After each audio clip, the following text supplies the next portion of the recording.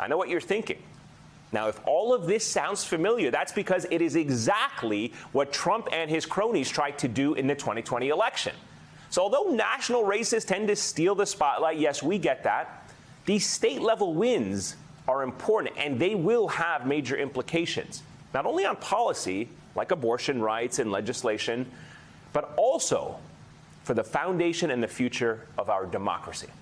Let's bring in someone who knows the ins and outs of the state-level politics, Ben Wikler. He's the chairman of the Wisconsin Democratic Party. Also joining us is Molly Jong-Fast, host of the Fast Politics podcast.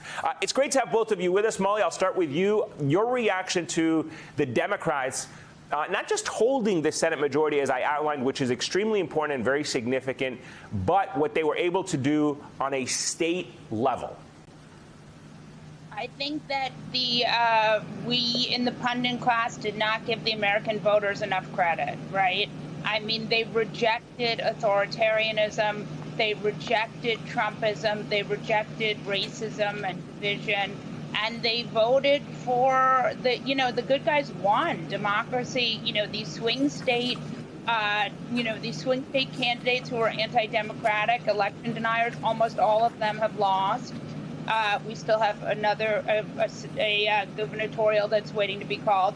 But, I mean, I think the American people did not give them enough credit. They saw through it, and they voted for, people who believed in democracy and the rule of law. So I think it was a really good night for Democrats, but more importantly, a good night for democracy. Ben, although Democrats like Mandela Barnes wasn't able to beat out the incumbent Republican Senator Ron Johnson, you did reelect the governor, Tony Evers. What do you think voters did in splitting their tickets? I mean, why do you think that happened in a place like Wisconsin? So the striking context here is that Wisconsin almost always goes against the party of the president in a midterm.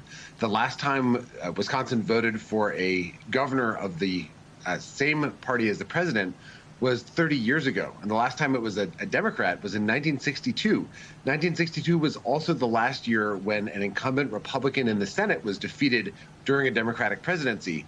So the fact that we came within 1 point is a testament to Mandela Barnes' strength. And the fact that Governor Evers won a 3.4 percentage point victory, that's triple his 2018 margin during the blue wave year. It's an extraordinary thing.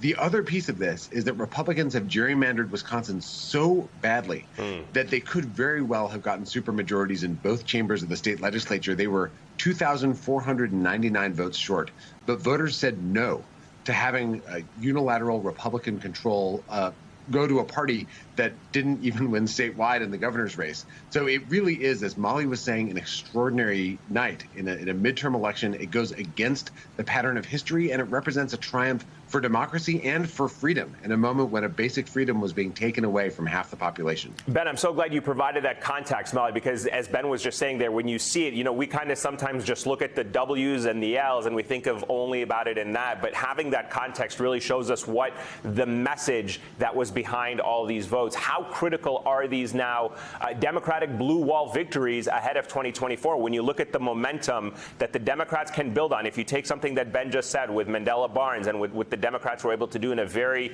gerrymandered Wisconsin, how do they reinforce or shore up that blue wall in Pennsylvania and Michigan and in Wisconsin ahead of 2024? Well, the state houses are really critical, and I think Democrats have sort of gotten interested in them again. Remember, because there was a period during Obama when Democrats sort of took their eye off the ball with the state houses, and they've become very committed to working on the state parties. I mean, just like what's happened in Wisconsin, which is really, really great. And when Democrats do that, I think, it helps the up party, the different candidates on the ballot.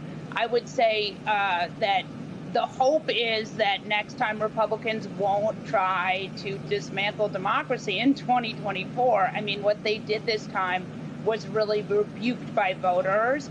But, and it's very scary to have just one party that believes in the central tenet of our entire governmental system. So I think that the hope is that Republicans will not do this again. But I think there's a good framework here for Democrats to be able to protect our freedoms. Ben, you mentioned the fact that Democratic voters were able to prevent the GOP from reaching a veto-proof supermajority. I just talked about the significance of what state legislators will be doing if this decision, Harper versus Moore at the Supreme Court, goes the way that perhaps some would like it. Do you believe that folks in your state and elsewhere are beginning to understand just how crucial state-level elections are to our democracy? I mean, I keep saying this. I was talking about it with Ali Velshi last night. I don't think any of us 4 years ago, 5 years ago, knew a single name of a Secretary of State in this country. Absolutely. This really is a sea change moment for Democrats. And there are so many people, especially local activists, committed Democratic Party members, members of grassroots groups, who've poured themselves into winning state legislative races, Secretary of State's races, Attorney General's, governor's races. That work, revitalizing state parties, building grassroots networks that can turn out voters for offices that are far from the national news, that makes all the difference in the times of the greatest peril. What Molly was referring to, we saw Donald Trump go state by state and try to pressure state officials to overturn election results. And in Wisconsin and these other states, there were people running for offices who wanted to do that in 2024. There's a bill in our state legislature that Republicans introduced that would allow statewide elections to be nullified if the margin of victory is less than the number of absentee ballots cast, which is true of the last 4 presidential elections here. So, or 3, excuse me, not 4 of the last 6. Yeah. That means that if Republicans got their way, they could throw out the will of the people and basically pull off a legal coup. That path is now closed. Voters have said no. They've rejected that risk. So speaking of a legal coup, I got to ask you about this, Ben, before we go. And it's, again, something that you brought up, which is the gerrymandering. There was this new piece in Esquire titled, "No One Can Pretend That Wisconsin is a Republic." And I just want to note this from Tuesday. You know, the Democratic Party, as you mentioned, they got 51% of the vote statewide in Wisconsin. They have the electoral majority. That only translated to 30% of the state's legislator seats.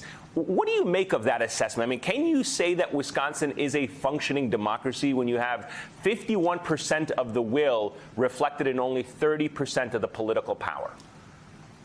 So it means there's something fundamentally broken. And I will say that we got up to 35 seats. So 34 seats. So we stopped Republicans from getting the supermajority that they wanted. The 35 seats mean that we can sustain the governor's veto. But there's an opportunity for something better. This April 4th in 2023, we have a state Supreme Court race that will determine the majority on our state Supreme Court. If the non-Republican candidate wins that race, it means that we could have a state Supreme Court that strikes down gerrymandered maps based exactly on that argument, that the constitutional requirement is that people's votes count equally. And with that, Wisconsin could become a democracy like Michigan and Minnesota next to us. Ben Wickler, Molly Jong-Fast, thank you to the both of you. Greatly appreciate it, as always. Next up, all